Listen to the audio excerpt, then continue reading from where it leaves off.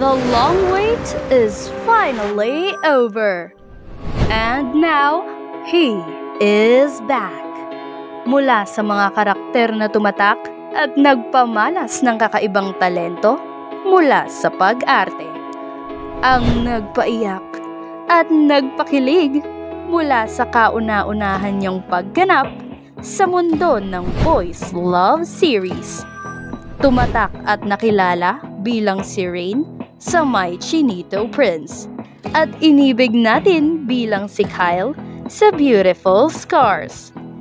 Ngayon ay muling magbabalik bilang si Sky.